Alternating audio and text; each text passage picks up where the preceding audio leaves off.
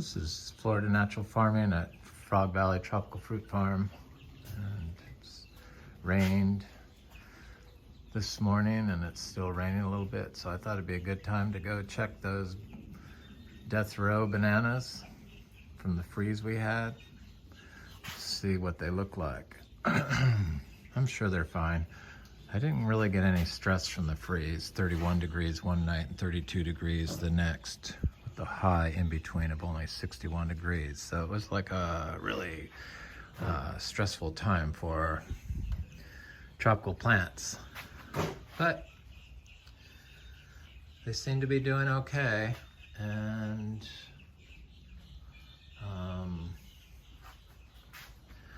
still inspiring me to try to figure out how and why things grow and what's wrong with our stupid agricultural system today, and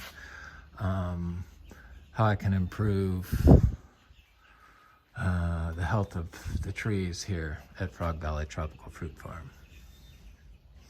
We're a biodynamic certified rare tropical fruit farm in Vero Beach, Florida. Been here for, this is our 6th year just starting, and I don't believe in using copper and fungicides and chemical inputs, and I don't believe in walking on the land where you're growing. And in Florida, it seems like that's what they all do. They want this all beat back and mowed and trampled down, and you know, it has to be cleaned up. Especially the citrus. Seems like all the agriculture in Florida is like that. I don't know, we in America, we treat our farming grow areas like highways. Nowhere is that more obvious than in Florida, because it's all sand. So this lot next door, they're getting ready to build a new house. So unfortunately, this lot sold for like 3 times in the last 2 years, and there's no house on it. The old homestead for this house was there. The Shots, I believe, is that's the old homestead. It's been torn down. It was torn down before we moved here, just before. And but they like pull up the trees, and the last owner chopped down 2 huge giant pine trees and a giant oak tree and a bunch of other stuff, pulled the roots out. Of course, they have to drive all over the property, and mowed it a bunch of times. So there's really nothing carbon-wise growing on that. And then when you drive all over it, it turns into cement, and you can't grow plants in that. Period, in Florida. So all this new stuff coming out, and all this like information on all the stuff going on growing plants, just all the gene sequencing they're doing and all that stuff. It's really showing that we don't know what we're doing in our agricultural systems today, in our conventional agricultural systems. So in my hunt for trying to figure out why, because we have so many trees here, like, I don't know, I've easily planted 5,000 seeds in trees. Not all of them are going to come up. Some get eaten by rabbits, some get smothered by weeds, some get stepped on by me, perhaps, when I'm planting new ones. But I just keep planting them and planting them and planting them. I see lots of stuff coming up, lots of chachas starting to pop up. So I've easily planted between 500 and 700 of those, I'm sure.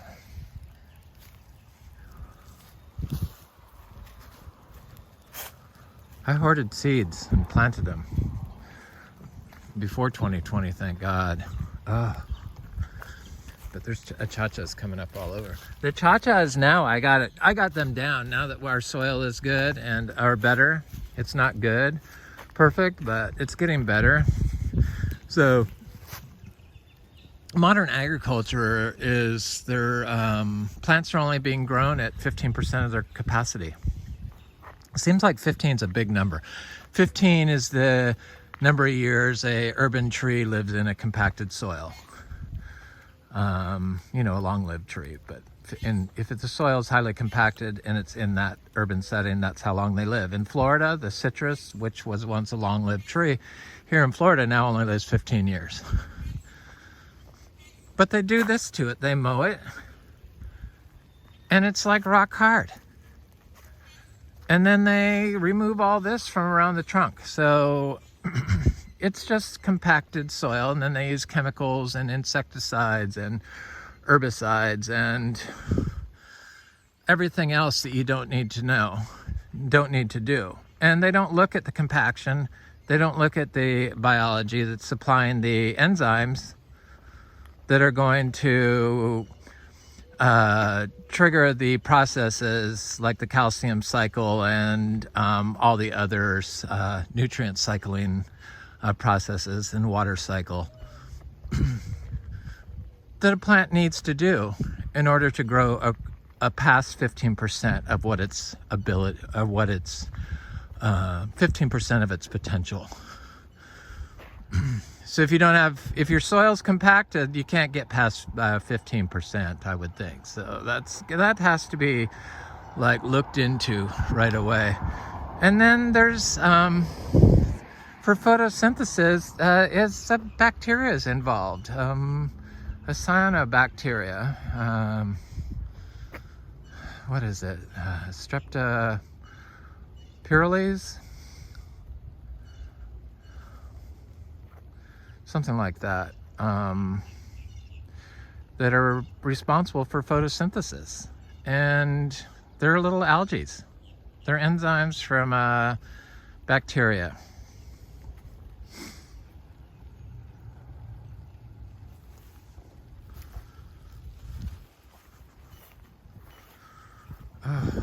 So this looks okay. The bananas are coming up. The mangoes, some of them did. That one's like coming back though. This one froze to the ground last year, but this year it didn't do it. This one, maybe not so lucky. But, oh, I see some green growth down there, so it's okay. And then these bananas. They're all coming back though. That's excellent. Tetrapyrroles. Tetrapyrroles.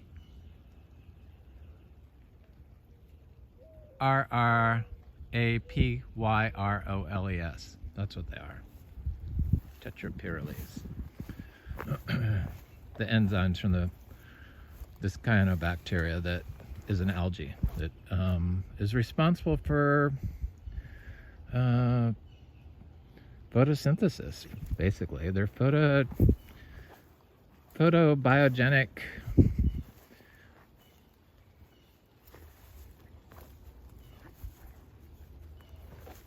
plant pigments. Anyway, there's just so much information, I just can't keep up, and it's like some black hole that you can fall into when you try to start looking at all the processes and what's going on. So I guess when you spray copper and they're in the leaves of the plants, and they probably get there from the fungi because they've been found to live inside fungi. And of course, they're simple-celled bacteria, so they're pretty small. So of course they can move with the moisture in the fungi to go up and down the tree, I'm sure, like the nutrients. Because the trees send nutrients down into the ground and up into their plant. They can shoot their nutrients down into the soil during times of storms. So obviously the bacteria, the algae, is going up and down. So when you're like spraying your leaf with copper, it's going inside the plant. And in acidic conditions like they have in Florida because of the compaction and the lack of organic matter in the soil, it's easily absorbed into the plant. Some of them are being a little slower, but I see green there. Yep.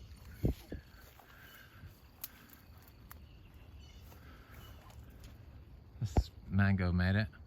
So it's so interesting how the only plants that do good in here are the ones that are planted with the ginger.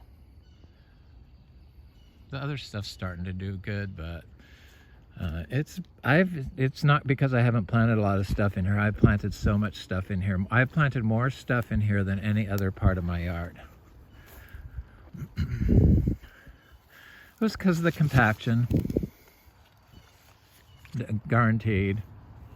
It's what you get when you mow it.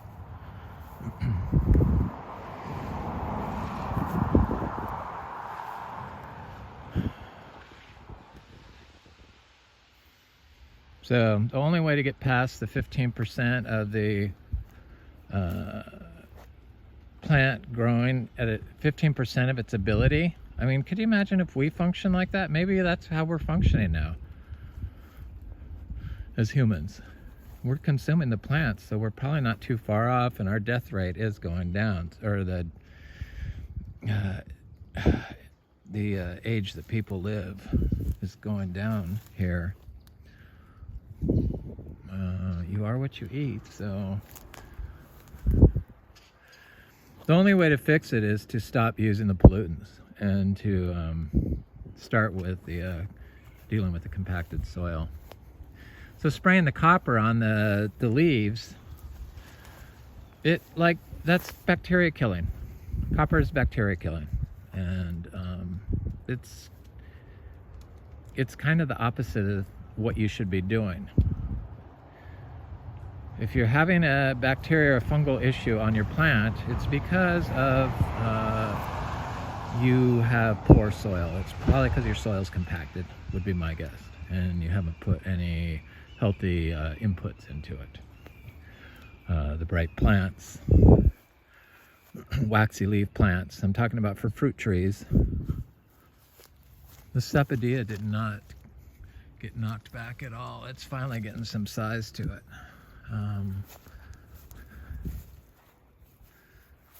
This is a little Sapodilla here. It got a little bit of fried, but I see all the bananas are coming up.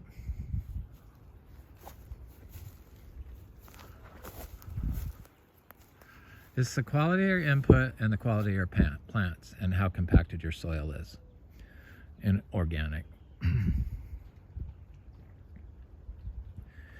You can drive all over these modern agricultural systems when they're annuals because you can get away with it a little easier with annuals, but with tropical fruit trees, it's kind of hard to get the fungal bacteria connection without in a compacted soil here, because the pH is all wrong when you don't have organic matter in the sand and it's compacted.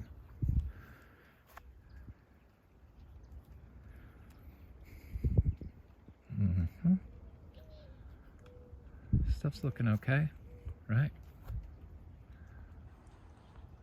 All right.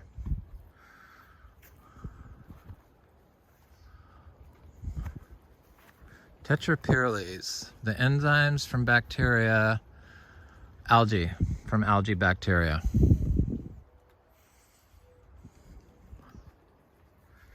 Eukaryotes. That's what they are.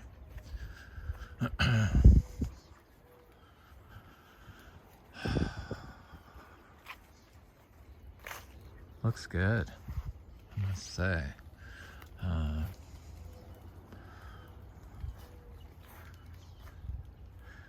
Yeah, so that death area, that's the compaction area. That's like that's where it was lawn. Of course, this was compacted too, but I put a lot more ginger in here back then. I didn't put the ginger down there in this part. I just did the row. I should have put more ginger in there is what I should have done. But I got the bananas in there now, so they're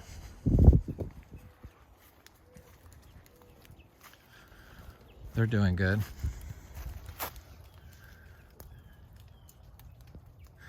So the reason why the compaction is so bad for fungi, you know, have you ever stepped on a mushroom on a floor? I mean, that's basically what we do with all our agricultural systems. So the fungi cannot even, it can't lift the soil up.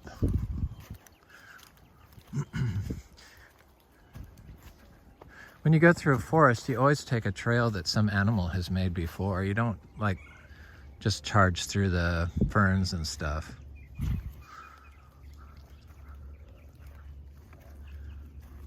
But yet, in our growing systems, we make sure and drive over every square inch of it. Remove anything that was there that they don't deem necessary, and put a lot of chemicals into it, and keep looking for new ones to try to fix their problems that's right in front of your eyes.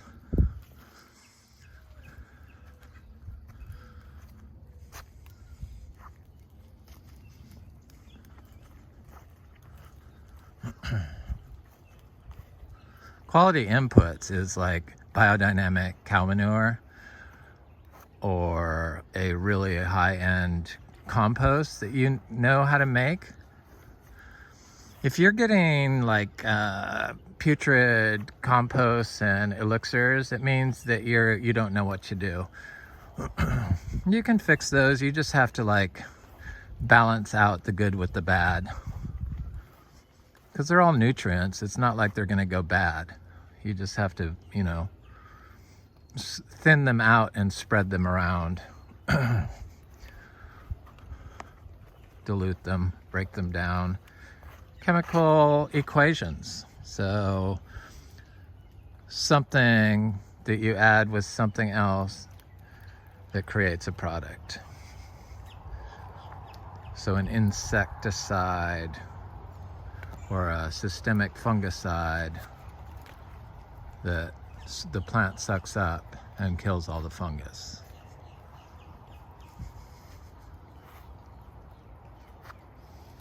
Those are toxic to biological systems and really need to be outlawed.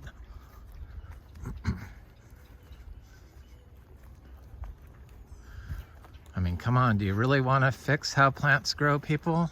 Or do you just want to I don't know, I don't get it. Keep making people sick.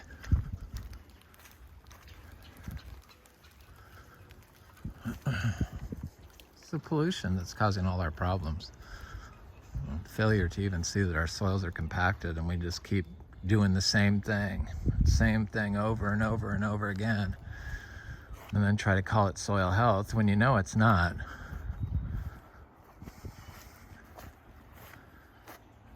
So I've been taking these bromeliads out, dividing them, because I have lots of cycads growing in here, little cycads, encephalitis, and cycads and diones, mostly the blue ones. I'm seeing them pop up now. Right there. There's a encephalitis hortus. So they're coming up. There's the Alasapo fruit tree. Alasapo is doing quite well. Dry farmed, of course.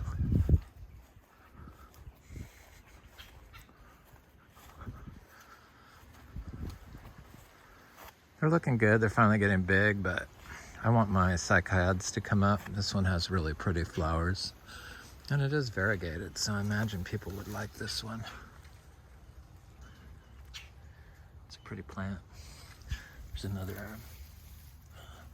encephalitis hortus. I mean, it's really, Florida is so amazing that everything can be grown here organically so easily,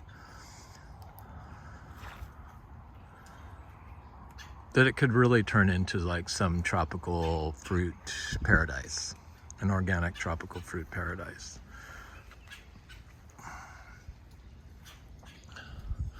chemical industry, of course, keeps gaslighting, and people with lines of chemicals named after them continue to gaslight. And but we're starting to learn. More people are starting to go organic.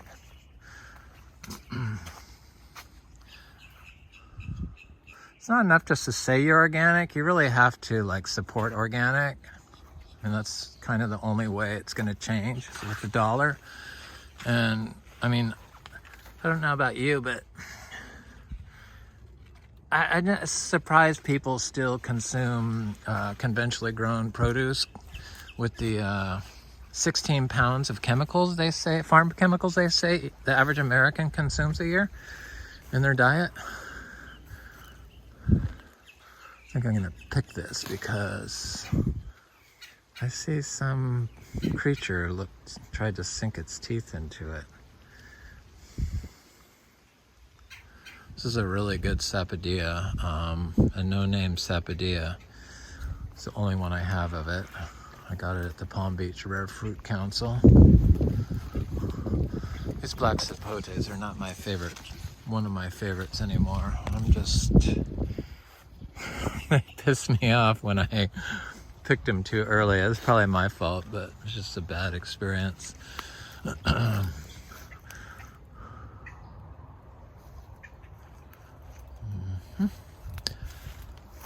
The rarer trees, like the peanut butter fruit tree. Oh, I should go look at that tomatillo, because I looked at that this morning and it was quite interesting. My cuttings I started in cow manure are doing great, so I'm going to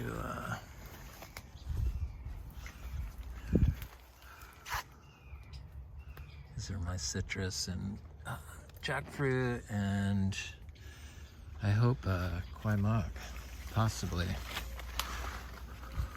I only got, I don't know, like 11 kwai mak seeds total, maybe more. I forget the amounts. I'm probably wrong on that number, but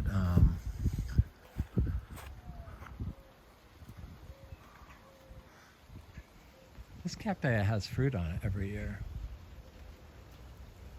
Epiphytic cacti.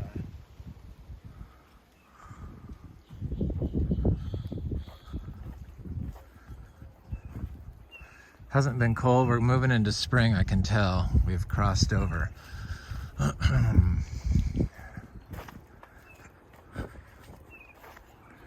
We've crossed over.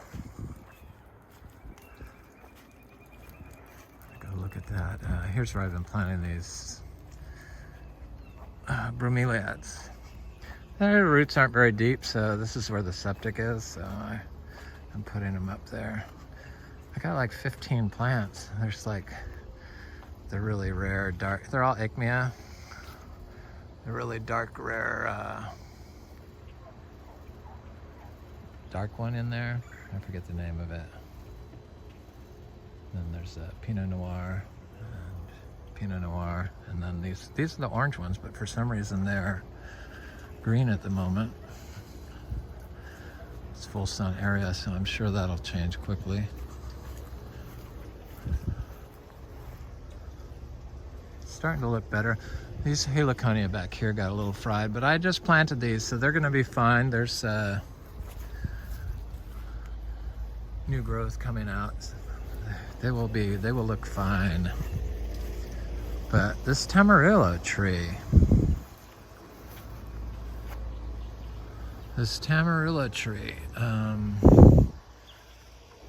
yeah, I mean, it got fried. It was covered in ice, but then just parts of it succumbed, and it's got all this new growth on it, like tons of new growth, and it has new growth where it never had it before. So I guess it's trying to do its thing.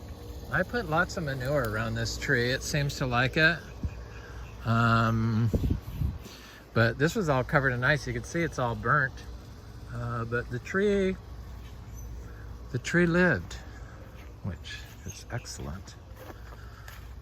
The torch ginger is Most of the old flowers burnt up, and it got burnt on the top a little bit, but this is growing in full sun. And I like been taking a lot of parts from this, you know, dividing it and spreading it around. But it's got new flowers. It seems to bloom non-stop, which is nice because to have one blooming in the winter here is very nice. This diamond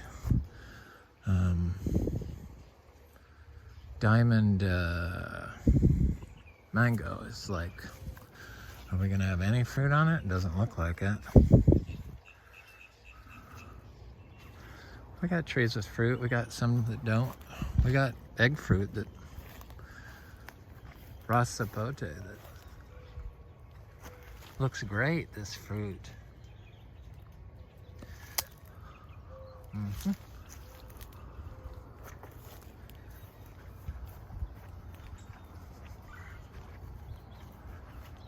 Go back and look at that cashew.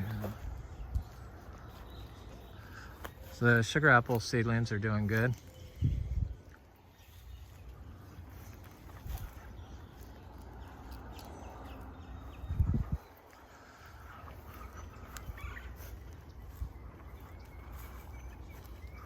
Hopefully we will not get any freeze next year. That would be nice, or hurricanes, knock on wood.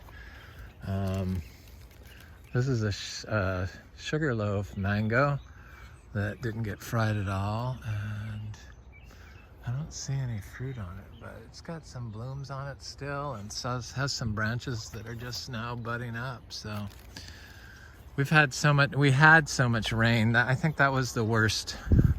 The lychees all look great.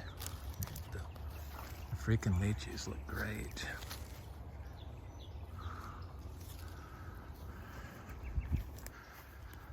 Dry farming lychees is a challenge, just so you know.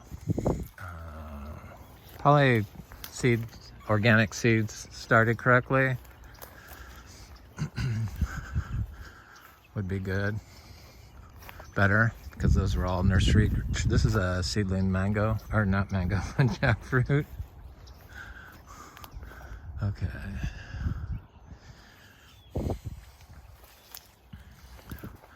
Cashew tree. Such a pretty tree. Oh yeah, it's got blooms all over it. Such a pretty tree, such good fruit. We had a lot of the seedlings we planted this year made it through the freeze, so that was good, because last year all the seedlings got fried and I don't think any of them came back. But this year I planted more of them, and we had a lot that made it. Seems like once it gets a certain size, it's okay. Because it did get a little fried on a little bit, but very minor. And this thing looks like it's going to be huge. It produces crops, fruit for months on end, every month.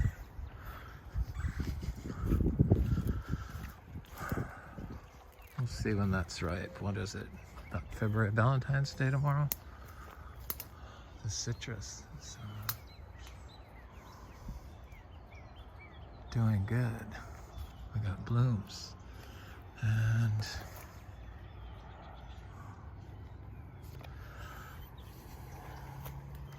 we got fruit. Let me pick it. Nice, healthy fruit.